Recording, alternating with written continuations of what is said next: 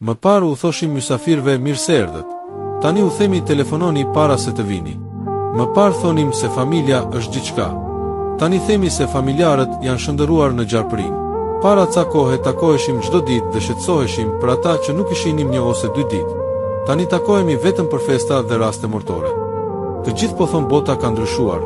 Nuk është si më parë. Por unë do t'ju them se bota është e njëjta. Nuk ka ndryshuar fare.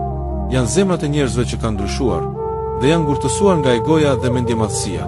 Të kujtosh gabimet e të kaluarës pengon dhe prish dashurinë dhe respektin që kishin ndaj të afërmve. Kjo gjë të prish ditët dhe netët, por ende ka kohë për të ndryshuar. Mbyllni sytë, harroni gabimet e të kaluarës dhe lini problemet me një anë, sepse falja është çelësi i lirisë dhe lumturisë. Gëzohuni dhe jini të kënaqur me njëri tjetrin.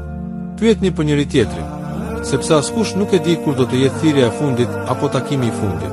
Duroni njëri tjetrin, sepse pendimi nuk do ta kthejë atë që ka ikur. Vdekja vjen pa paralajmërim. Prandaj mos harro kurrë. Drita e fortë mund t'i verbojë ata që nuk din të shohin, por kjo s'do të thotë që duhet ta zvogëlosh shkëlqimin tënd. Vazhdo të ndriçosh rrugën tënde.